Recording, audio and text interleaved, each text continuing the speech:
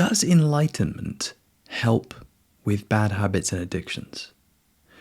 So any increase in consciousness is going to give you more of truth, more of God, more of love. Pretty much, man, that is going to help with anything, okay? It's going to give you the most mind-blowing perspective. However, does it cure these things? Not necessarily.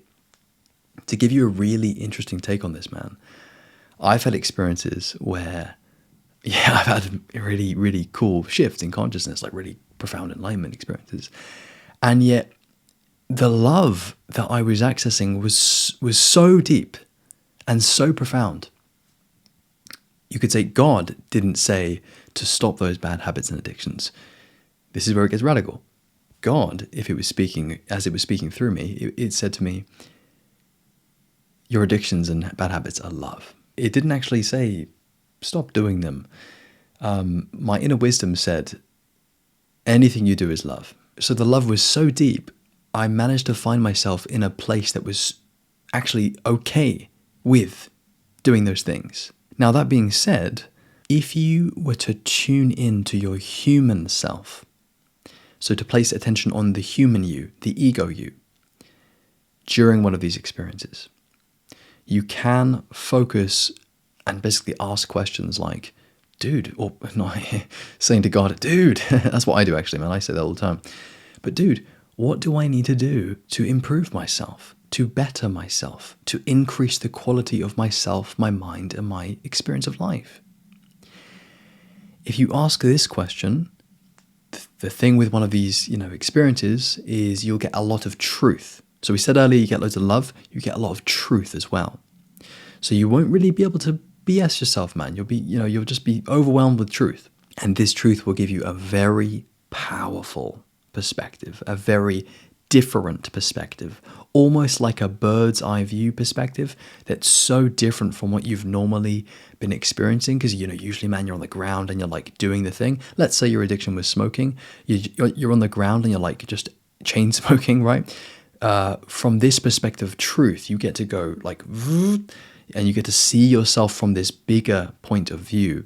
It's not just a perspective increase, it's a truth increase. So it's almost like, yes, you can zoom out, but you can also zoom in, and to see the kind of damage, you can like really feel inwardly all the stuff that you're maybe messing up if you're, for example, smoking. It's because you become like really sensitive, man. The more high consciousness you become, the more sensitive you become.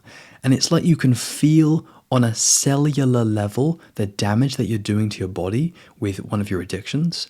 And you can also feel the low grade experience you're giving yourself through the like kind of damage that you're doing to your mind. So in this sense, man, enlightenment does help a lot because it gives you a radically different perspective. But as we were saying earlier, man, sometimes this perspective can be so big and sometimes the love can be so intense. You actually forgive yourself and accept yourself doing those things, and you may continue doing them. Right? And there can be like kind of this toxic spiritual justification of what you're doing because you're like, oh, no, I got to that, God consciousness state. And then I asked, should I carry on smoking? And, it said, it doesn't matter. You don't want to be deluding yourself like this, man. You want to be truthful with yourself. And if you really listen to your own inner truth, it will say, listen, man, you know the answer here. There's a reason you're framing it in your mind as a bad habit or an addiction. It's because it's holding you back. Right? And your God self in this sense is helping you to strip yourself of this limitation so that you can move forward and basically increase in consciousness.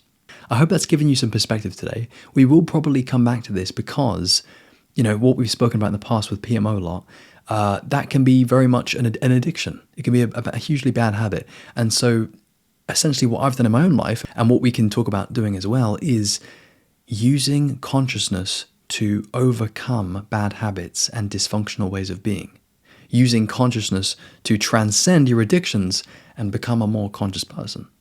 Okay, man, we're going to wrap things up there. I hope you found this useful, brother.